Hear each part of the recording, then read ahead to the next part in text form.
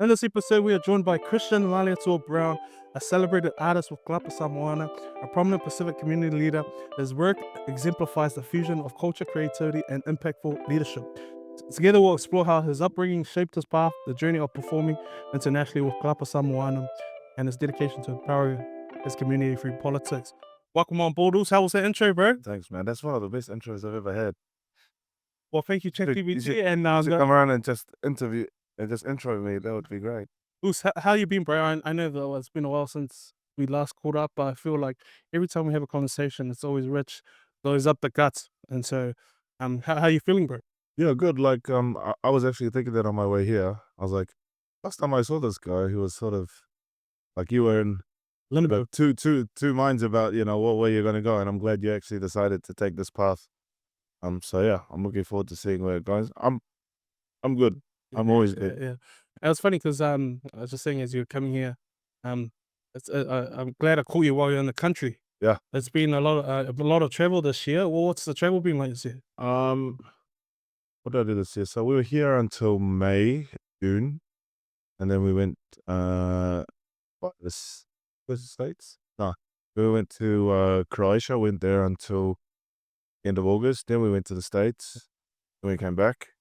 We were here for like, I don't know, not even 3 weeks. And then we went back to Croatia for 5 days, went to Germany, went back to the States, went to Australia, came back. And so it's actually really good to be back because I think people sometimes over romanticize the traveling part of it. And I always tell people, I always tell people, I'm like, man, traveling is the worst. I just wish I could just be there and then be back instead of doing the whole airports, flying. Yeah. But hey, thank God that we, that we can do what we do. You guys been touring for a while now. About how many years has it been like? So we like as a group we were going every now and again since 2011, 2013. Whoa, it's been that long. Over 10 years? But it was like really like once every 2 years or something like that. And in 2018 we went viral. We did a video supporting the Croatia soccer team. Was that the car one? You're not Yeah, still it's in on the car? car. Oh, yeah. Yeah. And then from there, we because I'd sort of done some training in marketing and stuff at that point. I saw that this was gonna be big. So I really, you know, after that video, a little bit before and after that video, I did everything. I was answering every comment, every message, and I'll just look at these Facebook stuff and repost and do more videos and stuff. And from that whole wave, we were invited around the world, in America, around Europe, Australia. And so I said to my brother, I said, well, how about we quit our jobs and try this out for the next 18 months? He's like, what do you mean? I'm like, be full-time singers, and see where it takes us and use this opportunity to experience the world.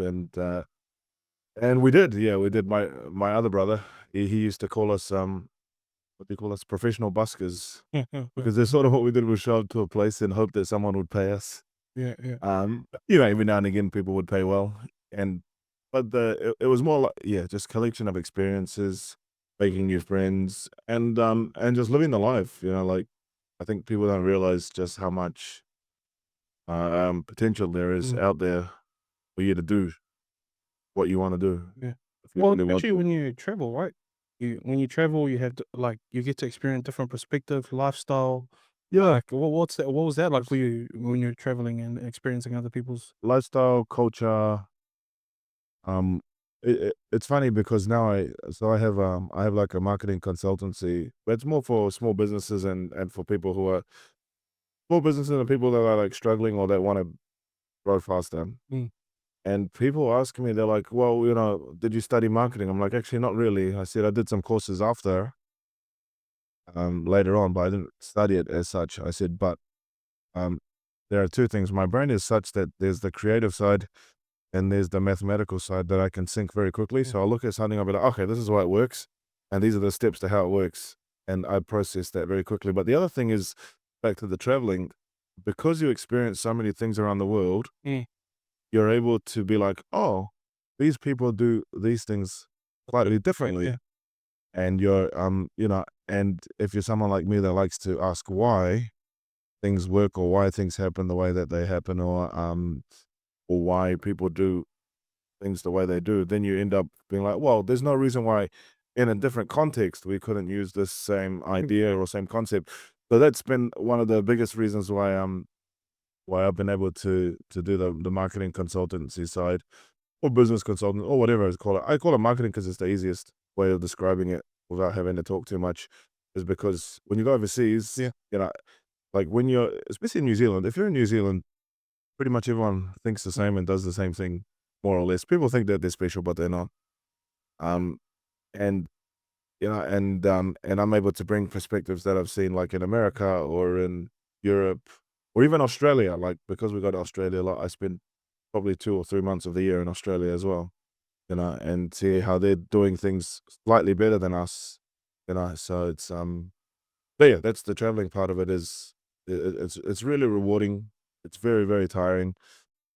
It's very it's one of those things that you can't pretend. You can't pretend you're on a plane or not. You either are or you aren't, and you have to be super organized in your life. So for example, I know what we're doing already. May to June, July, maybe August. You know what I mean? Well, it's You not have your to, first rodeo now, but yeah, yeah. you've got it mapped out. So yeah, you have a map. Well, how far in advance do you have your bookings now? Like, Um, I do think you leave a window open in the year? Because these are specific times we go, yeah. which is So consistent, right? I always tell people June, July, August, I'm not here, and it's because. But the thing is that people don't realize is most people are looking to start a business for money. They're like, oh, um, I need more money. I want to start a business. That's the stupidest reason to start a business because you need more money. Yeah. I always tell people don't build a business, build a vision, build a lifestyle, build something that you want for yourself. So for me, um, I base everything in my business, my life, all of that stuff around mostly. I'd like to say that it's things I want to do, Yeah. but it's things I don't want to do. Yeah. So Well, what's an example of that? What do you? I don't like winter. I Yeah. don't like the cold. So that's how you. So June, July, August, I will never be here because for me, New Zealand in June, July, August is miserable. Yeah. And I used to think it was because I was skinny that I'd get really cold, but now I'm fat and I'm still really cold. So I've decided it's genetics and I'm just not meant to be here. And so June, July, August, when everyone else here in New Zealand is miserable, living through, I don't know, 5 days of rain and it being freezing, even at 10 in the morning, or we're sitting there in Croatia next to the beach, 30, What's the climate? 30, Yeah, what's the climate 34, like in Croatia? 34 Is it close degrees. to the Mediterranean? Like It's on the yeah, Mediterranean. okay. Yeah, That's so I think. so think about same weather like Greece, Yeah. like Italy. What to know, bro? What to know? They've been to these countries. Yeah. And then that's the next thing is, so you have stuff that you don't want to do, build your lifestyle towards that. So for me, I'm like, okay, I want summer all year round, and we've got that. And then the other thing that you do is you just commit. You set a goal and then you make it happen. So I was like, oh yeah, this is what we're gonna do. And now you make it happen. So for example, yeah, I don't know, I've never been there. I'm like, okay, well, we'll see you there next year. For example, 2026 is the Soccer World Cup in America. Oh.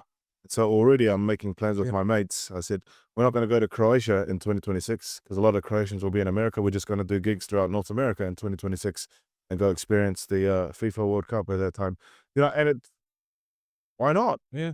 You know what I mean? Why not? Why don't bind yourself to, like the most humbling part of what we do is that we experience things on a daily basis almost that people um save up years to do. And here we are, we just do whatever we want. For example, 2019, we went to New York like 4 times. Not New York, Boston, New York, we were in New Zealand. We went to Arizona, Arizona to Chicago, Chicago, New York, and back to New Zealand. And then went to LA, New York, went to Croatia, blah, blah, blah. Went back to New York, Cleveland, back to New Zealand, back to New York. You know what I mean? Crazy. So, and, we get to do these things because you have to have a certain, well, you have to at least have an idea of the direction Yeah. that you're heading and what you want. I really admire what you say around your thought business around building your business around your lifestyle. Like I'm 6 weeks in my entrepreneurship journey, and that's one of the things I've always admired about those that are all in. Like, yeah, like I know people that are in business that are struggling, that, but also being in business is an enabler. You know, if you create your business well, you create more time for yourself and creating it around your lifestyle. So, bro, I just want to I'll come back to kind of that journey. I want to pull it back to where it all started. How does a kid from the 275, from the hood, pretty much travel New York multiple times in a year, and like what? Tell me a bit about your upbringing. And I know you're the eldest sibling. I'm the eldest of 8. Um, the the top 4 of us were actually born in Christchurch. So, it's one of those stories that my mum doesn't like me telling, but I think it's really important. So, my mum had a whole future ahead of her, but she got pregnant at 17, and to save her family the shame, her and my father, they sort of eloped down to Christchurch and had me. And for the first 8 years of my life, definitely 6 or 7, they tried their best to make it as a young couple, and they were still trying to do uni at the same time and all these things. And so what that really built for us was resilience, because when I was younger, it was, you had a lot of rice, Yeah. and when other kids had nice sandwiches and stuff, like I'd get like canned spaghetti, canned beetroot, stuff like that. And for me, I just thought it was normal because, when you're a Rice kid, on butter, rice and sauce. yeah, rice and tomato sauce, or Luxury, bro. or Luxury. you eat whatever bread, and for me there were some real, uh, really, we call them scarcity mindset kind of traits that was built into it at the same time. So, for example, my mom would buy a milk, 2-liter milk that's supposed to last however many days, and if it was slightly below, she would lose her shit. Yeah, and we were not allowed to open anything without asking her permission. You couldn't open a new milk, you couldn't open a new butter, you couldn't open a new Weet-Bix. You had to be very, and it's because they had a very limited amount of resources, because, they weren't wanting to rely on their parents. By that time, I don't know how old they were, 20, 21, when I first had consciousness of this stuff. So about 21. I definitely remember my mom at 25, so somewhere in between 20 and 25. And this was the thinking that we were brought up with, which was, you got limited amount of resources, so don't eat too much. But Stretch it out. stretch it up. But I don't remember being sad or, or anything like that. Like, I felt still immensely loved, even though we got lots of hidings. Because to substitute for that, we went to the park a lot. We did a lot of stuff in church. And when we did come to Auckland, we had to drive up to Auckland. Wow. To go on a plane was like, was like amazing. Like, I thought only the, But when did you guys go back up to Auckland? Like all of you? yeah, would pile in a car. We had a Pajero, and we'd Oh, come yeah. up to Auckland, and it'd take like about 24 hours and stuff. And my dad had these like CDs of Jam or Jam and stuff that would play. Yeah. And so that was our upbringing. So it was very, very humble, but and very humble, but it was also, there was a lot of love in there. Like, I never resented my parents or anything like that. No, the resentment came later when they divorced. When they divorced, and then my mum, so we went to Holy Cross here in Paptoe, and then my parents divorced when I started Form 1 at St. Peter's. And at that time, that's when I went to St. Peter's, was when I realized that we were actually poor. We weren't even middle class, we were poor. And my mum had this, her mindset How was, did you get into St. Peter's? back then it was easier to get into St. Peter's Yes, than it is now. Yes, But I was really smart in primary school. Like, I was in top class and stuff like that. So easy. yeah, and Hard out Catholic too. Catholic, and I was already singing by then Oh, yeah. and stuff like that. Yeah, my mum used to treat White Sunday and stuff as if it was the freaking New Zealand's Got Talent. So she'd sit there with the broomstick, and we'll be practicing until like 2, 3 in the morning, and then you get whacked every time you made a mistake and start again. So it's called child abuse, but But yeah, there's a lot of those stories. But it actually made us, our level of performance by the time we got to high school was already really high. Yeah. It was we were good at this, Yeah. and I think that's important for kids. What you have nowadays is you got parents that tell their kids that they're great at everything. You're awesome. You're wonderful. Blah blah blah, and then the kid will believe this, and then get to somewhere in life. Most of the time, it happens either intermediate or high school where they realize that they're shit. Yeah. And they're not actually that good, and and it's all false. Yeah. And that's a huge hit to the self-esteem. Whereas me, I didn't have that. I knew I was good at singing already. So I did a solo in Form 1 at St. Peter's Day. Yeah. Um, as a Form 1 kid, and I had a whole orchestra backing me. I sang Panis Wow. and Jellicus. And this all the way back. Yeah, then my parents divorced. And so my mom had this belief, if you did the work to get the opportunity, she would find the money. Albeit a bit slowly, we had your fees are overdue kind of letters. But that was the main mentality. So I worked really hard in the stuff that I did. So for example, I was in the Auckland Boys Choir in Form 1. So I went to Australia in Form 1. I went to China in Form 2 because I was a tuba player, and then Polyanich came to me. He's the head of music. He came to me and he's like, "Hey, Malietoa, you want to go to China?" I'm like, Yeah. "Yeah." He goes, "You have 3 months, learn trombone." Wow. But on the other side of that is, you have 3 months, learn the trombone, and it's going to cost you 3.5 grand. And so because my mom had my back like that, and she said, "If you do the work, I'll find the money." For me, money was a problem. Like, we didn't have flash clothes. Like, we just wore Chinese store, Yeah. T-shirts and stuff. I didn't know what labels were until way, way later. But you were encouraged to go hard. And fast forward that all the way through, I did well in high school. And then I started studying theology, all of this kind of stuff, and then into business was interesting because my family left. They all moved to Australia, and we had a nice 3-story house, 2-story house, 3-story.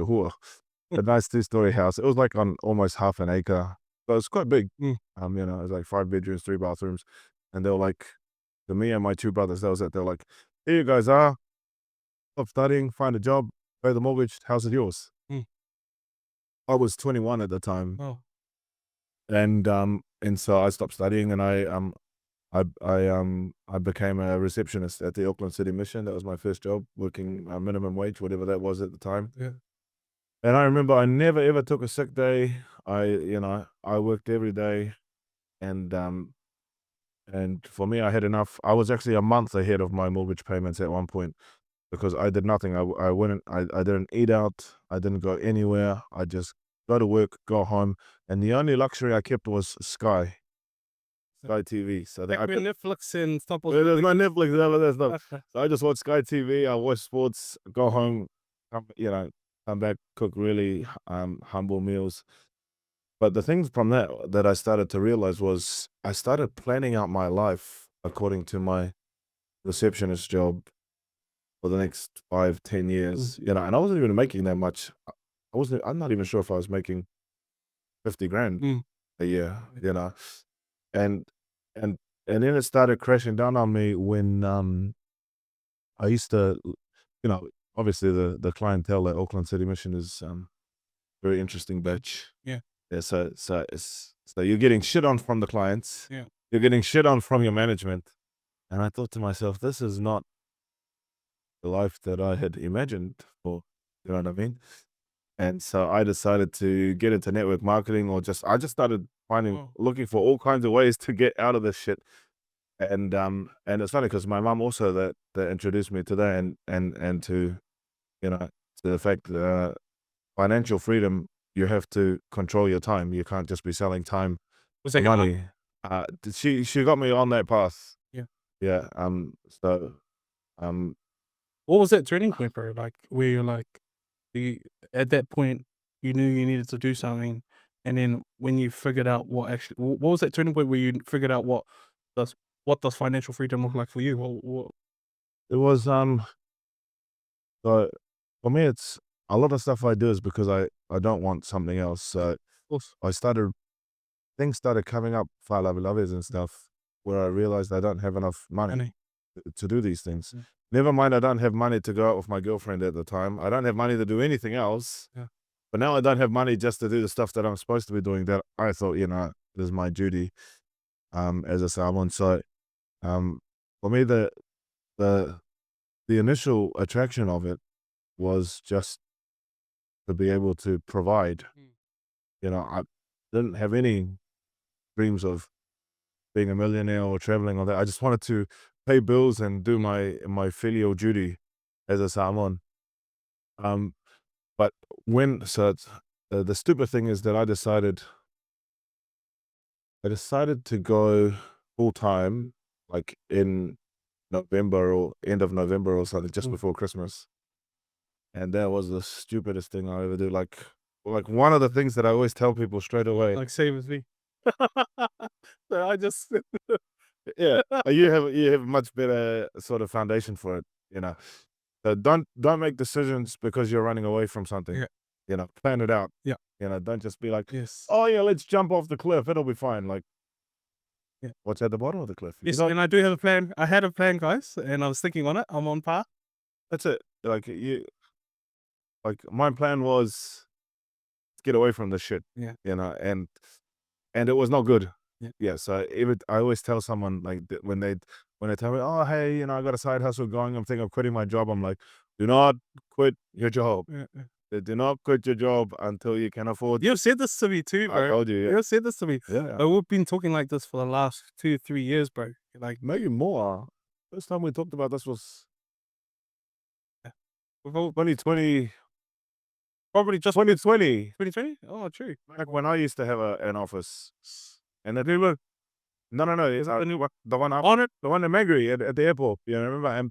And we talked about this, because and for me that's the thing is do not quit your job until you can afford to, or until you have really really long runway. Yeah. To be able to do it. And that was my first mistake. I just jumped into it, had no savings, no reserves, no nothing, and just oh man, what a catastrophe. But the good thing was that I realized very quick that I was useless. I was useless. So here's the biggest takeaway that you can take from this. You cannot be your own boss. You cannot be your own boss until you know how to be a boss, to be a good boss. And that requires discipline, structure, blah, blah, blah, all of that stuff. You cannot be a good boss until you learn how to be a good employee. My whole time as an employee, yeah, I showed up to work, but what was I doing at my desk? Was I giving it my 150?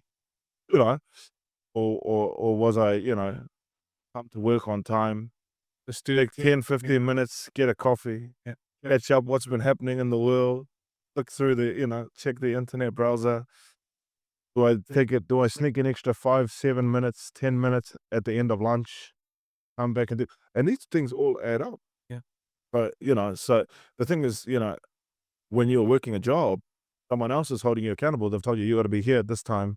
You got to eat at this time. You leave at this time. You got to ask me if you want to go overseas. What was that moment where you're like, I'm crap at this? What was that moment like? No, Was there interaction you had with like someone in business? no, it's just being broke. Yeah. Everything's negative. Having overdraft.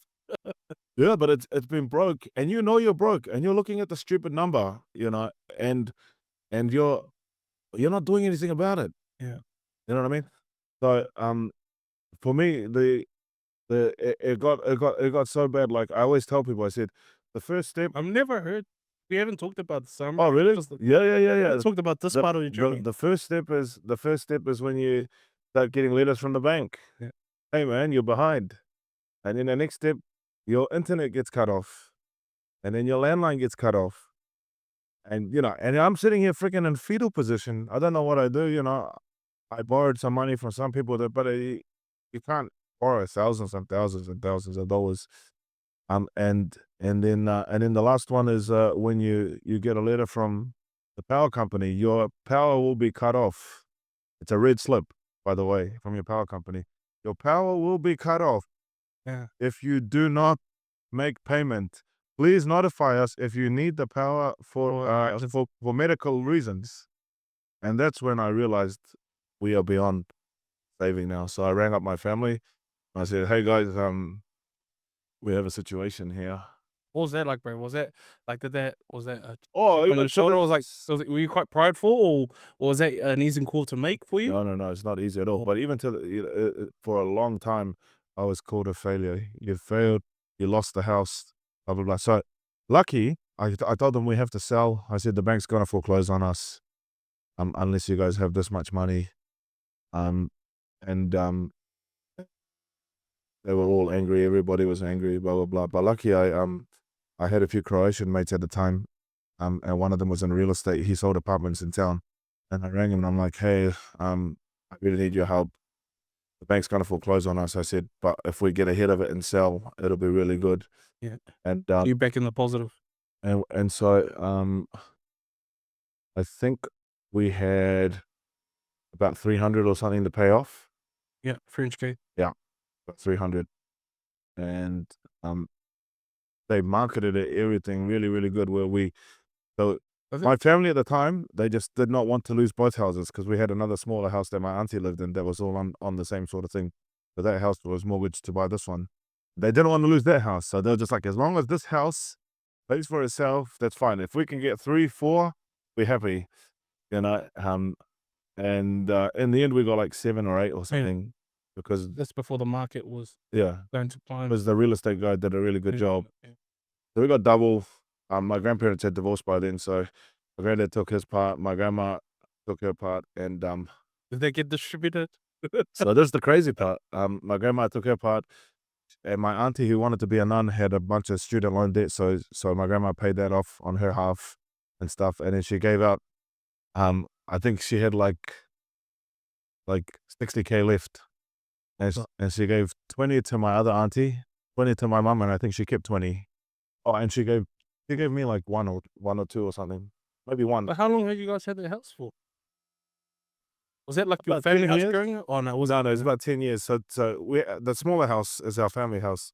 That's where we stay in now when we come back. Yeah. Yeah. So it's about 10 years, and this is the funniest part. So it's fun. So never mind, I'm a failure. All of this, I came to the realization I don't know anything about sales and marketing. So up to this point, when I realized it's all shit, one thing I did do really well was I started learning because that's what I'm good at, you know.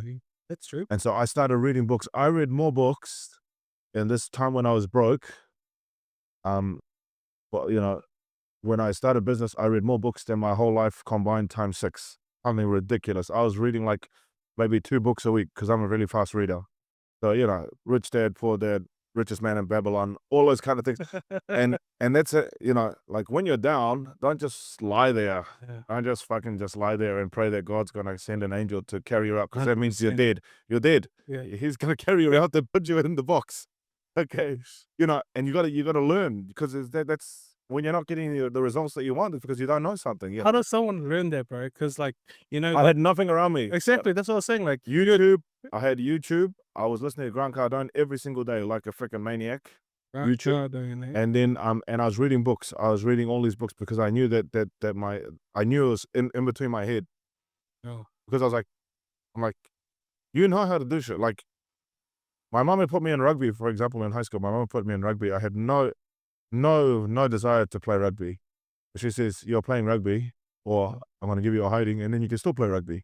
I'm like, "Oh, well, there you go." When you put it that way, I played rugby, and my thing is, if I have to do something, I'm going to do it well. Yeah. So I played rugby really well. I was best forward for like whatever when I was under 14 or whatever, and then best forward again in second 15, whatever it was.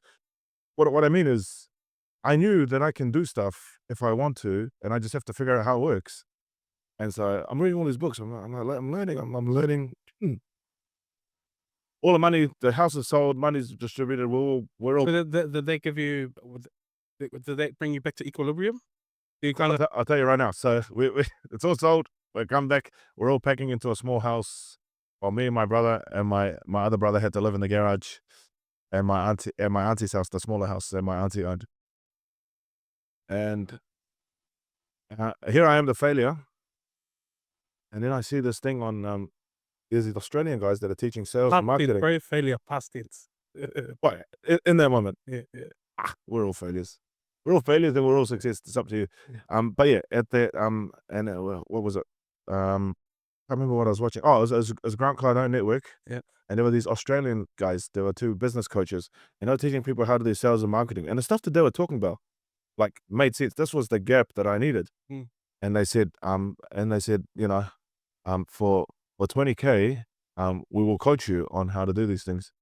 I didn't have 20K, but I was like, you know what? I'm going to call these guys up and see how it goes. So I filled in the form. I got a call, and they're like, yeah. They said it's 20K. You know, obviously you come from New Zealand, and we'll work with you, blah blah blah. On for multiple times, but yeah, it's 20K for the year. But me, this is why it's important to go back to my mom and how much she had my back. I went to my mom after I lost the whole house. And I said, "Hey mom, you know how you got 20K from the sale of the house?" She goes, "Yeah." I go, "Can I have that 20K to sign up for this coaching for sales and marketing?" And she's like, "Okay."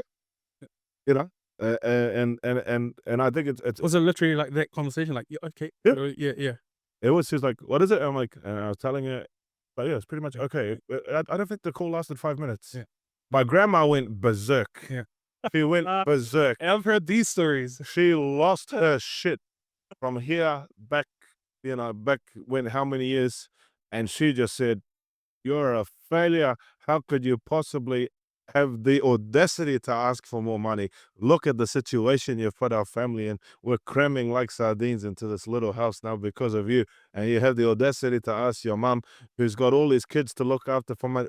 All these kind of things. Like, but for me, I was like, I haven't even needed your approval. I said, as long as my mom's good with it, I said, I think we'll be fine. So I did it. What was that like hearing that from your nana? Like You have to honestly, you have to ignore everyone. Yeah. When you're going through it, you have to ignore everyone. How do you do that? Huh? How do you block the noise? The easiest way is to find people who believe in you. Yeah. You can only replace you have to replace good with Yeah. negative with positive. Yeah, you can't just sit there with this negative stuff swirling around your head and think you're gonna do anything. You're That's not. why it's really hard, when like sometimes if some of the negative is your own household, that makes sometimes removing yourself. But that's why it's important. That's why I go back to, you got to watch YouTube. You got to, if you got no one around you that's positive, I said there are people online, that you can go to, podcasts that you can listen to, people like yourself. Watch this RTS podcast. Thanks for Yeah. thanks all bug. You got to, but read the books. Do you know what I mean? Because you have to. You can't just sit there in negative energy and think that you're going to produce anything positive. It's not going to happen. Yeah. So from that, I did the coaching, and then I realized actually how to do stuff. So then I started applying it in low level situations, and I started getting like smaller clients. It was for singing though. Mm. 'Cause I decided I know how to sing. That's your I tease, I know how to sing, so I'm going to be a singing coach. Yeah. And so I did that, and it started off small. It was like $50, and then it went to 100, then it went to 200, then for a few sessions and blah blah blah. And then next thing I know, I got a call to be the choir teacher at Mags, and I negotiated a deal where I got paid pretty decent just to work on Wednesday. So I'd be there from pretty much like 8:30 until 5:30 on Wednesday, and I got paid enough that I didn't have to worry too much about working for the rest of the week. So that was back to lifestyle, and the whole reason why I worked out that way was because I had already decided what I didn't want from my life. Yeah. And I didn't want to work on Monday, and I didn't want to work on Friday. But that was already, I said, when I was negotiating it, I said, this is how much I want, but this is what I don't want to do. I said, I don't want to do photocopying. I don't want to chase kids, because I've done this before. And I said, and I don't want to work Monday or Friday. That's it. And so as much as possible, do it all on one day. And they said, okay, Wednesday.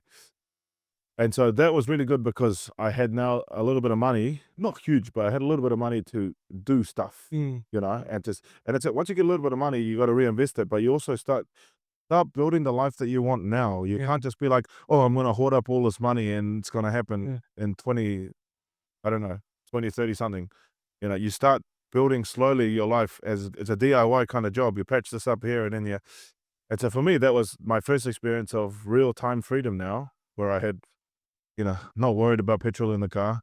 I had to do stuff. So at that same time, I got involved in politics, and then Agnes asked me to be her campaign manager, and I could afford to be the Yeah. campaign manager because I only needed to work Wednesday, Monday, Tuesday, Thursday, Is Friday. that on a volunteering Yes, basis? Yeah. everything in New Zealand for politics is volunteering, more or less for Yeah. that kind of stuff until But the you experience get and a job. exposure, right? And that Yep. opportunity. And the way that I got it was at the first meeting, they go, has anyone here done door knocking before? I'm like, yeah, I have. Like, anyone here done door-to-door sales? Yeah. And they, has anyone here ever done any, has got experience in marketing or know something about marketing? Yes, yeah. I did. And they're like, oh, would you like to be campaign manager? I'm like, oh yeah, there's only 8 of us here, so I guess, yeah, that would be my job. And, and in that, but that whole thing, so that's how it started. And then, I did that, and yeah, the rest of it sort of grew from Wow. there. Yeah. Well, it's really interesting just hearing that hardship story that you shared. Yeah, yeah. I want because I know you're a man of faith, bro.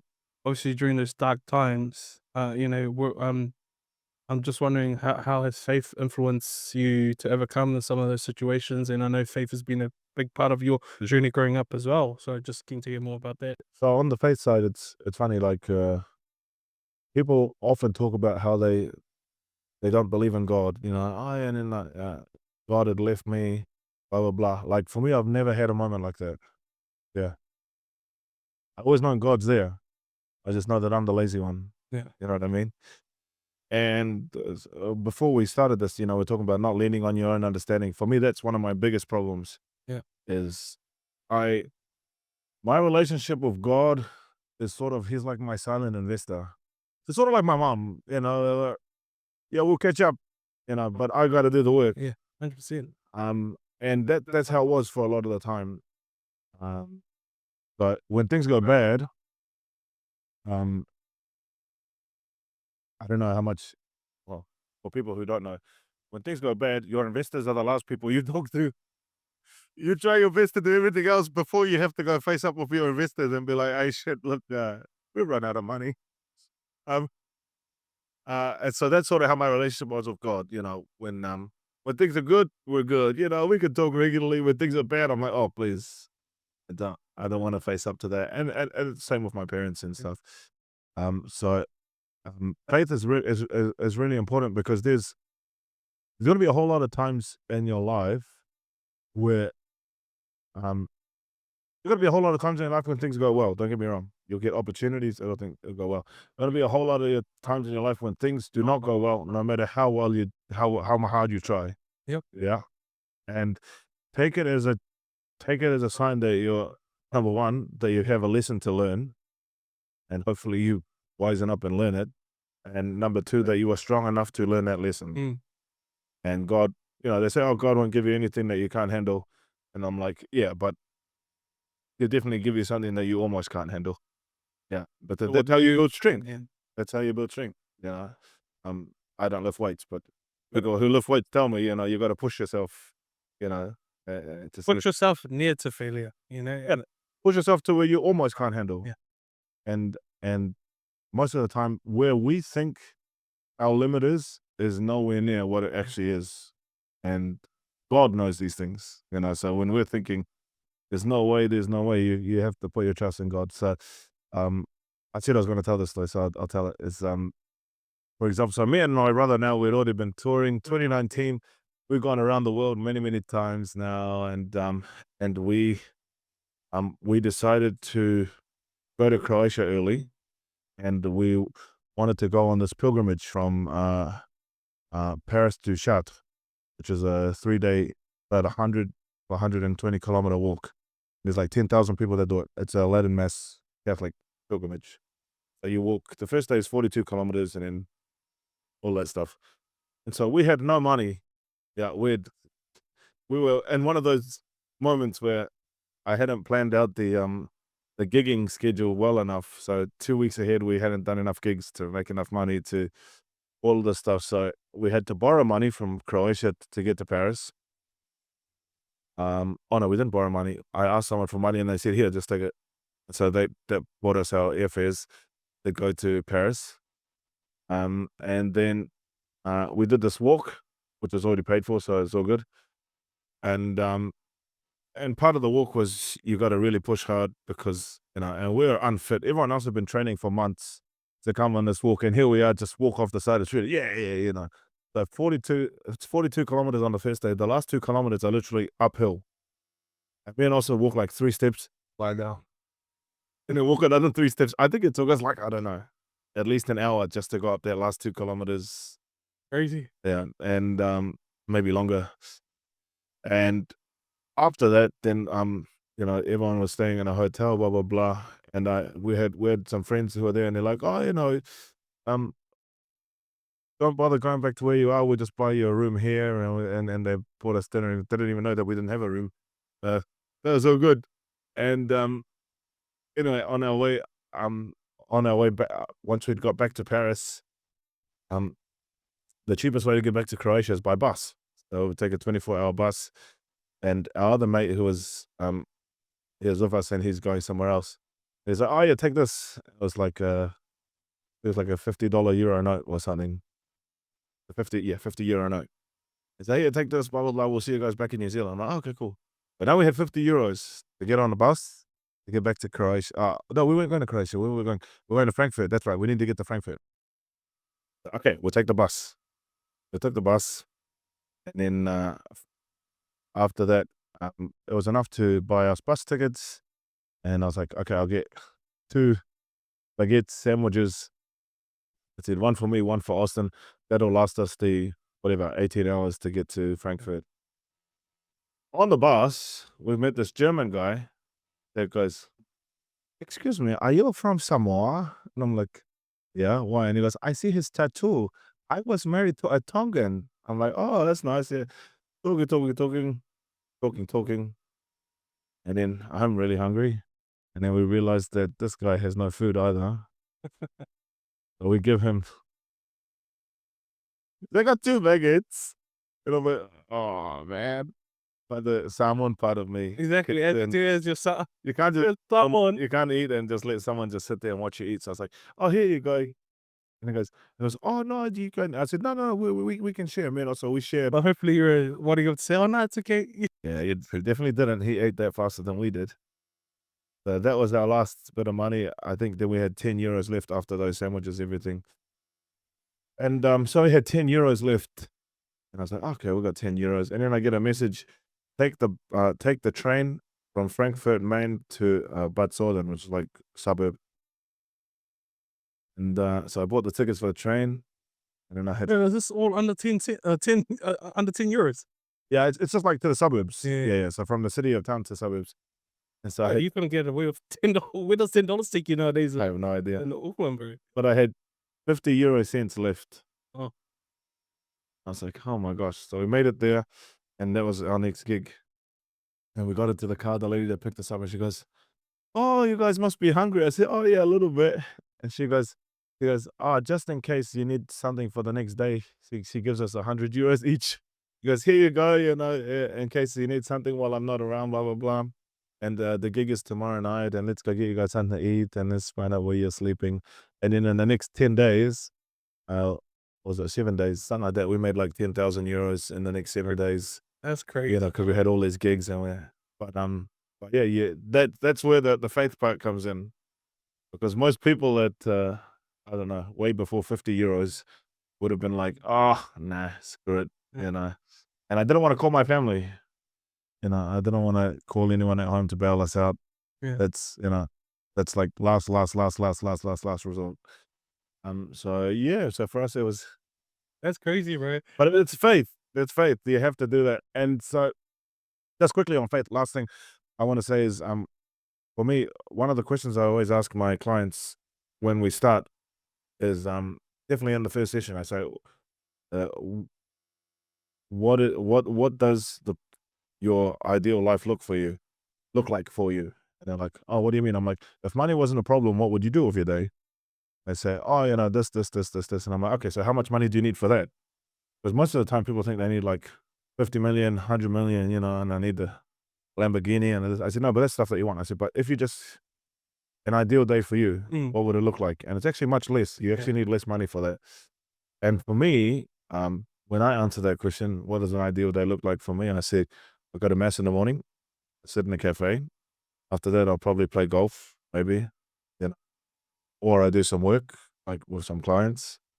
I'll go eat lunch, or have a nap, watch some TV, and then I'll go evening do something, some kind of something at church or with friends or something extracurricular, and that's it. That's my ideal day.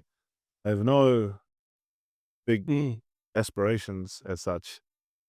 And if I tell you my day now, I go to mass in the morning, go sit at the cafe. I sometimes play golf. I haven't lately because I've been a bit busy because my golf clubs are still in storage. I haven't bothered to go get them out. I do some work with clients. I go home to eat lunch. I have a nap, watch some TV, and and I do something extracurricular in the evening. And so for me, every day, okay, could I have more money? Yeah, but it's not so much to change what I'm doing. It would be to be able to help others or to help the stuff. Like, I'm happy with the room that I sleep in. I'm happy with the life that I have. Even the car that I have is a piece of shit, but it's not. But it's not important to me. You know what I mean? Even clothes. I went through the space of buying clothes and labels, and you get the whatever Ralph Lauren, and it was and I'm like, this is shit. I said, it doesn't. Like, never mind that other people don't know. I don't even feel any different in these clothes. So so I went back to just buying warehouse underwear, warehouse socks. So that's my favorite thing. When ask me what do you want for Christmas or for Me, bro. Christmas I or need to- for birthdays, I said underwear, socks. I said that's my. So I have like, I don't, maybe 50 pairs of underwear, all these socks, and because when you're traveling, that's like the most important thing. You can wear t-shirts a few times. I said, but underwear, God forbid, if I have to reuse any of that shit. So it's yeah. So for me, it's a great blessing to be in this situation now where you know from where we've come from to where we are now, and it takes a lot of growth. It's not just willing yourself there. Yeah. Yeah, you have to grow. You have to grow with God. You have to grow with yourself, with the people around you, because there's sometimes a lot of relationships that I've had, not so much early on, but definitely uh, probably in the last 10 years, has been because you're growing way faster your significant other, and it's not that you're getting better than them. I'm not saying that. It's A you're different journey, different pathway. different journey, and then you turn around and then realize that, or she turns around and realize that's not who she signed up for, or you turn around and realize that the you that signed up for this is not the same person that you are today, and that's probably the hardest part from all of it is, um, I had a mentor. I was listening to something which says you can, there are some people that you spend 3 seconds with, but not 3 minutes. Some people 3 minutes, but not 3 hours. Some people 3 hours, but not 3 days. 3 hours, but 3 days, but not 3 weeks. 3 weeks, but not 3 months. And our biggest strife in our relationships is when we put people into the wrong category of these things. So there's some people, we can be civil. Shake hands, yeah. Talk about the weather, how it's been. Okay, yeah, see you.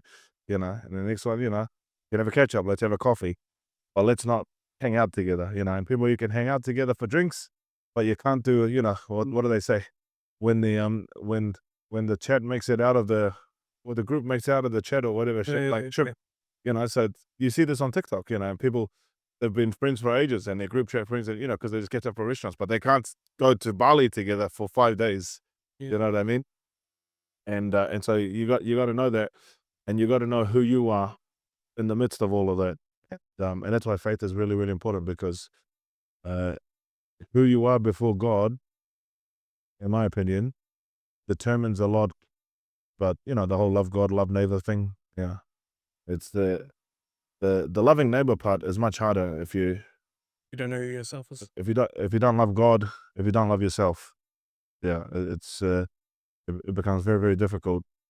Yeah, 100%, bro. Like, I feel like in my business journey and me taking that leap of faith, and as I was mentioning before, bro, about this journey is really taking me drawing me closer towards God, and like you said, like knowing who I am before Him, and learning to love myself, be kind to myself, because you can say negative things to yourself, right, and feel sorry for yourself, but at the end of the day, um, like what we're saying before, not leaning into your own understanding and having faith is being able to see into those things that are unseen. So, Yeah. But even more than I probably didn't explain it well.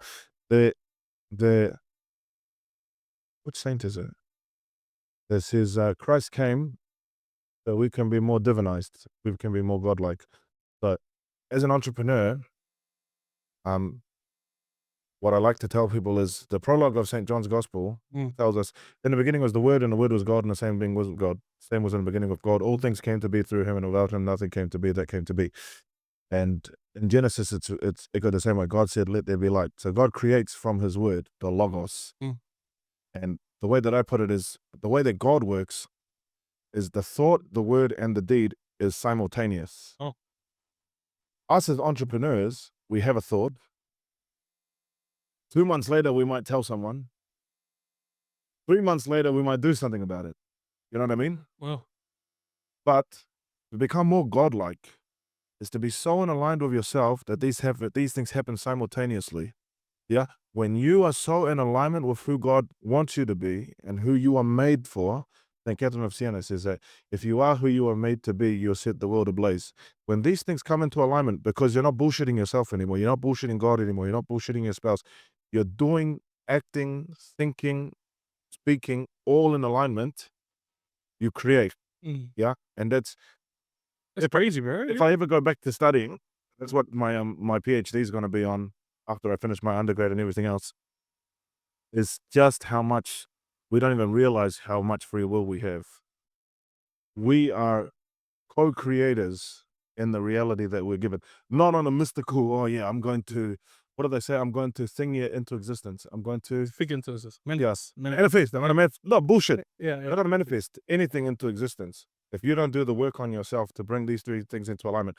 So when I started in business, from those Australian guys, one thing I remember they said, honor your words with action. Oh. But honor your thoughts with the words first. Yeah. Speak it, and people be like, oh, this guy's full of shit. But it doesn't matter. You can say 100 things if 2 of them come true. Yeah. But oh man, he's a genius. He said he was going to do this, And that's why I think it's important to have podcasts. I think it's important for people to write blogs. I think it's important for people to post stuff because you're speaking your existence into the world. And then maybe hopefully you act on it. I mean, don't just be, don't be a jerk off your whole life and just say, he's never going to do anything. You know what I mean? Do it because you've been talking, for example, you've been thinking about it for a long time. It's fun. And then you finally talked about it, for a long time, and then you finally done it. That's exactly my podcast journey, bro. Like, I was sitting in church on a Sunday and like the sermon was around relationships. I was like, man, I want to be around people that are more like-minded than you. And then, but this was in July, so I had a thought. That was my fault. Come September, and I started putting things into action, putting this together with my job. And come November, we're on. But like you said, it's about bringing them all together in alignment. And so the best entrepreneurs are people that are in alignment with themselves and with God's will for themselves, that they're able to think something, speak it, and do it almost simultaneously. Oh. The same way God does. That's how God creates into our world, through His Logos. Yeah, because His thought is His word, is His action. It's all the same thing. Yeah, and so that's something for us to do, don't be scared of, because lots of people don't even get it out of their head. They think about it for 10 years, and then they speak it, oh, I had that idea 10 years ago. What? Yeah. I thought about it, and I even worked out how it's going to work, and you never told anyone. Oh, yeah, no, it was never going to work. Well, You know what I mean? So, and this is why it's important to grow into yourself, grow into what God wants for you. what Benedict said, was it? The world offers you comfort, but you are not made for comfort. Exactly. You are made for greatness. And And that's my mission, I guess, in life, is to, yes, it's inspire, but it's not really inspire. It's just to freaking sometimes just kick people up the ass, but just to make them aware that they can be doing better than what they're doing right now. I think that's a good segue onto the last question also as we wrap up, bro. I guess one of the things I like to ask my guests is what's a legacy that they like to leave on this earth before, you go and you kind of touched on it, bro, but what is a legacy that Christian Malietoa Brown wants to leave? So on another podcast, I was asked, what does success look like for you? And I said, peace of mind, and restful sleep. To me, that's still important. And that's still my goal of success, where you can go about your day and not be worrying, is my family taken care of? Do I have enough money? And not frantically worrying about stuff. So it's peace of mind. And restful sleep is really important. Like when I was going through all that shit, losing the house, all of that stuff, like I would lie in bed and I would sleep and wake up even more exhausted, because your brain is freaking frying you while you're making yourself guilty and all that. So for me, it's restful sleep is the goal, and that's my idea of success. So if I can help people get to that, doesn't mean that you have to be a millionaire. Doesn't mean you have to. You can still be working whatever job you want to be working, but that you have peace. Because if you can have, and this back to the faith thing, is a lot of it. That's why I do a whole lot more stuff in the church now, and probably less in politics, is because Christ says He gives us a peace that the world cannot give. And that's that's our end goal in heaven. But a lot of the reasons why why do we have a lot of domestic violence cases is financial problems mostly. A lot of the problems that we have in our families and things is because people are lashing out from a lack of growth or from a lack of understanding. And if we have peaceful minds to actually have peaceful conversations, to actually try and hear where other people are coming from, and so for me it's about giving people that experience of what I think success should be. And for me the way to do it is, number one, you got to at least help people realize that there's more for them.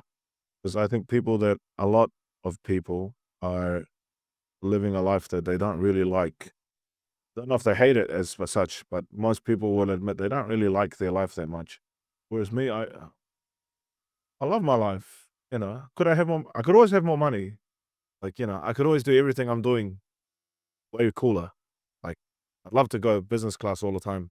And then from there, I'd love to go on a jet, and have a jet. But on a small scale, I really am already living the life that I want. And then you just upgrade as you go. Yeah. And so that's for me is to, number one, that's the legacy, is to give that awareness to people that they can have better, that they can do better, that they can be better. And then number two, once people sort of are in that process of discernment and seeking, help them to upgrade whatever it is that they're doing, and hopefully make a difference. And let's all get to that Thanks. peace of mind. I feel like I've had a bit of peace of mind and a revelation in this conversation. Like, I think we have conversations together, uplifting conversations, but I felt like with this Talanoa today, we're just like a little bit of deeper in hearing these stories. And bro, thank you for having me. Thanks for having me. Yeah, thanks for coming on the podcast, and looking forward to more stories.